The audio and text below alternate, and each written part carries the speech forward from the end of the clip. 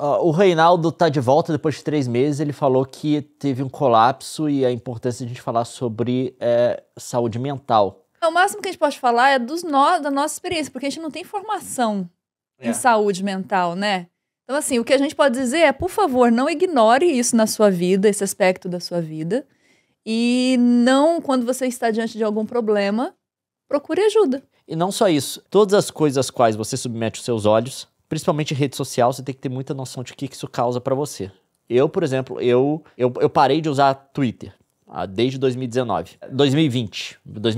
No meio de 2020 ainda teve uns posts patrocinados que eu tinha que colocar que foram contratados antes de eu ter parado. Então você vai ver lá que os últimos posts foram no meio de 2020, alguma coisa assim. Mas no início de 2020 eu parei. Isso me fez muito bem. Uma rede da qual eu gosto, tá? Que eu acho que tem uma função interessante, que é o Instagram. Só que mesmo assim eu não deixo instalado no meu celular. Eu tenho o meu celular antigo, fica com o Instagram, eu quero postar alguma coisa, inclusive vai me seguir lá, @coigenerd. Eu não uso, mas vai me seguir. Não. Aí eu acho que tem um valor a rede, tá? Principalmente porque é uma rede muito melhor para comunicar coisa rápida. Uhum. E também não é uma rede que ela não se alimenta na controvérsia, né? Não é igual o Twitter, né? Que promove os posts que coletam mais hate e coisa do tipo, né? Bom, há controvérsia. Não. Tem hate lá, mas tipo assim, eu nunca vi o Instagram me recomendar um post porque tava rolando um monte de coisa nos comentários dele. Tem umas coisas erradas, fizeram umas estatísticas assim do Instagram, tem umas pesquisas que acho que é o problema. Tipo, se você mostra, pela quantidade de pele que você mostra na foto, tem uma chance maior dela ser recomendada. Por isso, se você for usar o Instagram, eventualmente, tá? Se você clicar na foto de alguma pessoa com pouca roupa, todas as outras que vão ser recomendadas você vão ser algo nesse estilo. Tem problemas com a rede, tá? E tem todo problema lá de saúde mental para adolescentes e coisas do tipo, mas tô dizendo assim, eu tô dizendo a minha perspectiva porque eu não sou adolescente, né? Teve inclusive estatística, teve um moleque que vazou uma pesquisa deles e tal, tem problema. Mas eu tô dizendo da minha perspectiva como usuário. Então eu acho que é uma rede que tem um valor nesse sentido, para poder comunicar coisas rápidas. Só que eu não deixo no meu celular, eu quero postar alguma coisa, eu uso o QuickSync para poder mandar de um celular para o outro e eu posto. Mas eu não posso ficar no meu celular porque se você entra lá, o algoritmo é um túnel, né? Você não consegue sair. Então, a única rede que eu tenho no meu celular, eu cheguei a tirar um tempo, mas eu tive que colocar de novo porque eu preciso. Principalmente que boa parte das pesquisas que eu faço são no YouTube, porque o YouTube tem essa vantagem que tem muito vídeo, esses vídeos essays e coisa do tipo, você pode aprender sobre um tópico, tipo, enquanto você tá limpando o chão, né? E eu só consigo deixar ele no off, né? Aquele negócio, porque eu pago o premium, de você deixar para ouvir, desligar a tela e colocar no bolso, se você tiver no aplicativo. Então eu reinstalei. Mas eu limitei, tipo assim, o meu contato com rede social, basicamente, tirando o YouTube, é inexistente. São as duas que eu uso atualmente, até voltei a colocar lá, poxa, no Instagram e no YouTube, mas instalado no meu celular eu só tenho o YouTube. Eu tô mais presente em tudo, mas voltei das férias muito mais consciente com relação ao meu uso de Twitter. Não tenho ficado no Twitter como eu ficava antes.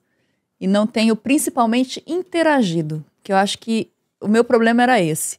Na rede social, a gente não sabe com quem a gente está falando, né? Vocês sabem com quem vocês estão falando, né? Porque a gente está aqui exposto há 10 anos e tudo mais. Mas lá é muito confuso quando a gente se deixa levar pela rede social, porque a gente não sabe com quem está interagindo. E aí a pessoa bota uma foto, você não sabe se é dela, se é do filho dela, se é, sabe? Você não sabe quem é.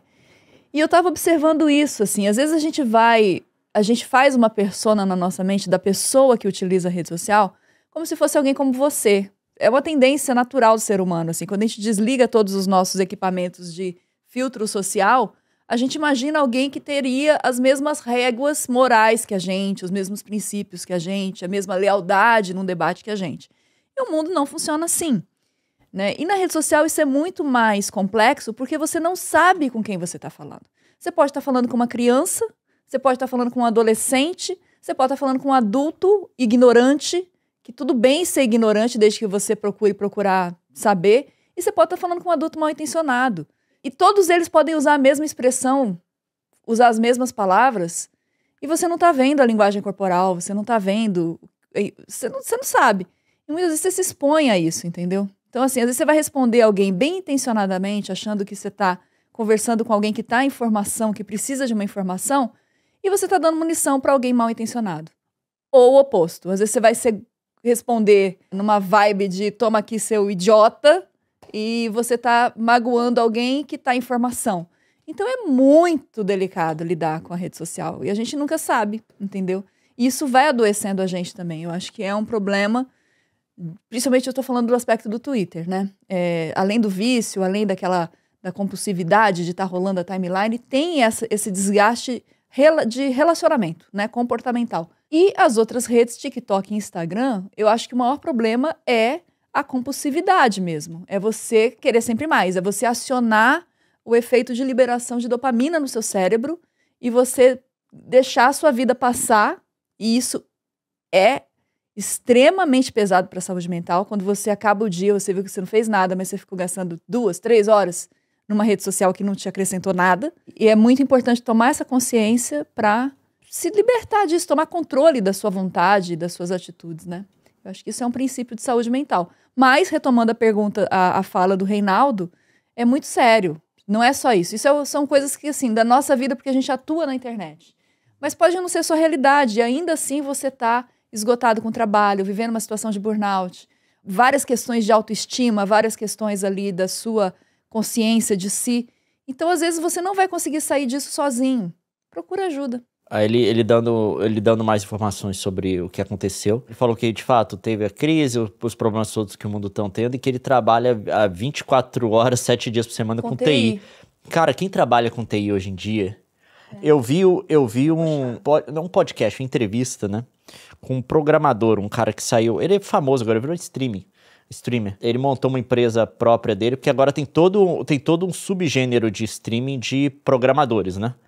Tem uma comunidade gigantesca agora, os caras compartilham coisa e tal. Tem influenciadores agora entre os programadores. E o cara, ele saiu da Blizzard Activision, né? Activision Blizzard, e foi trabalhar independente. Primeiro foi pra Amazon, depois foi trabalhar de forma independente. A Amazon, para muita gente, tem uma reputação muito ruim em termos de condições de trabalho lá. Só que o cara falou, como ele saiu da Blizzard Activision, a Amazon parecia um passeio no parque. Que loucura, né? Ele chegou lá, foi o melhor lugar em que ele trabalhou, ele falou assim. Não, mas ele falou que ele foi trabalhar pra Amazon Studios, né, pra desenvolvimento de games. Aí, o negócio na Blizzard Activision pra ele chegou num treco tão absurdo que ele chegou um dia pro chefe dele, que também é um cara que saiu da Blizzard. Ele falou que tinha uma galera lá que era... Ele trabalhava mais especificamente com a Blizzard. Eu falo Activision Blizzard, mas lá tinha meio que uma separação entre as duas empresas, hoje mais nem tanto. E ele falou assim, que um dia ele chegou pro chefe dele na Amazon, né? Falou assim, meu trabalho não tá rendendo, eu acho que eu não tô conseguindo fazer as coisas e tal. O chefe dele, que também era refugiado da Blizzard, tinha várias pessoas que saíram da Blizzard, porque era até no meio, tipo, era 4 minutos um estúdio do outro, então a galera que... Era perto da casa da galera, onde você ia procurar emprego era na Amazon, se você tivesse saído da Blizzard. E aí, o chefe dele falou assim, tira 2 dias, deu 2 dias pra ele, deu esse dia e mais o outro dia, fica na sua casa, dá uma zerada na sua cabeça. Esse chefe dele tinha chegado da Blizzard bem antes que ele.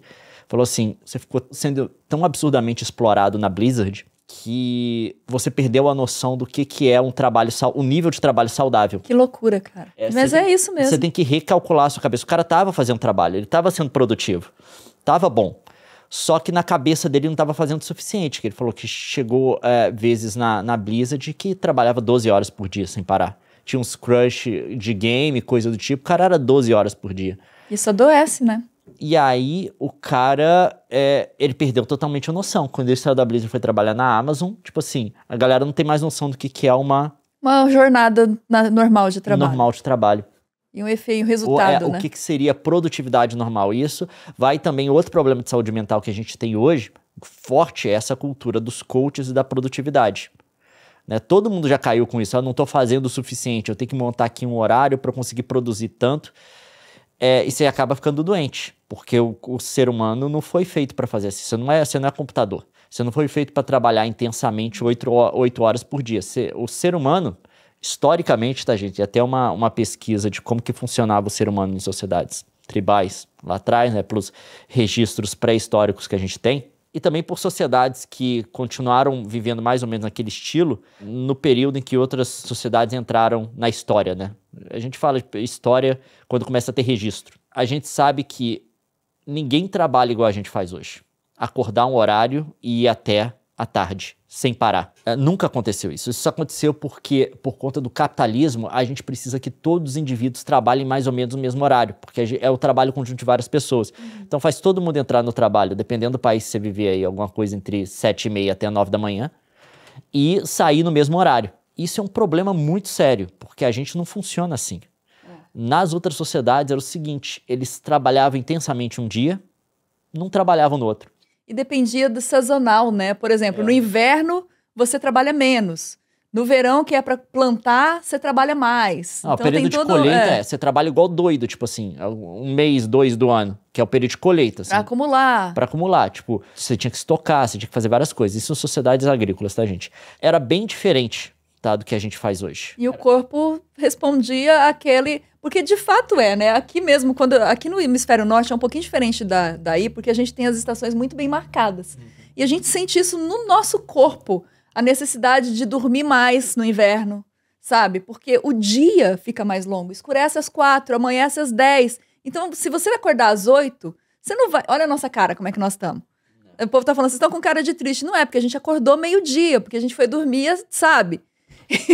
Então, assim... A gente tá com todo horário. A gente tá tudo trocado. Porque a gente vive no fuso do Brasil, que tem que atender as demandas de Brasil, morando no Canadá com o inverno, sabe? Então vira uma loucura. O grande problema é isso.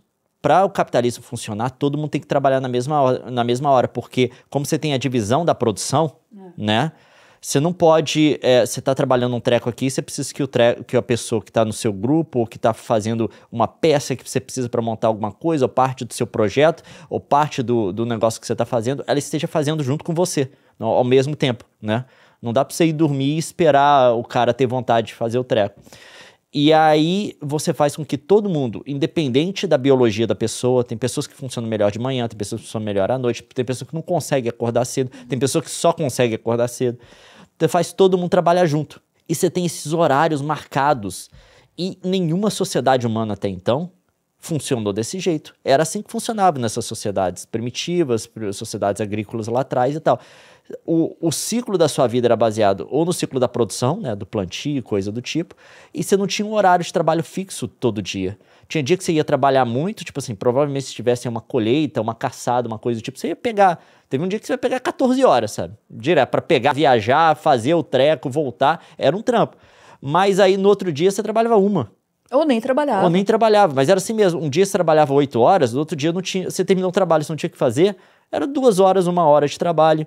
Você ia só terminar um negócio que você fez no outro dia. Alimentar os animais, e tal. Fazer uma comidinha. E não só isso, não que você não trabalhasse, tô dizendo, aquelas sociedades assim, eles não produziam um superávit muito grande, tá? Era basicamente coisas de subsistência e tal. Mas você tinha que viver no ritmo da natureza, basicamente. Então, não era porque a galera não queria trabalhar, porque não tinha o que fazer. Você tinha que, tipo assim, você plantou, você tem que esperar crescer. Você não adianta, entendeu? Você ficar lá parado, dançando em volta do treco, não vai crescer mais rápido. Como é que a galera dançava também? E eu fico muito preocupado com essa galera ver essa cultura de coach, de produtividade, de fazer mais e tal. Você sempre acha que você tá fazendo pouco. Você sempre acha. E aí você se mata de fazer as coisas e você acaba com a sua saúde mental, com a sua saúde física.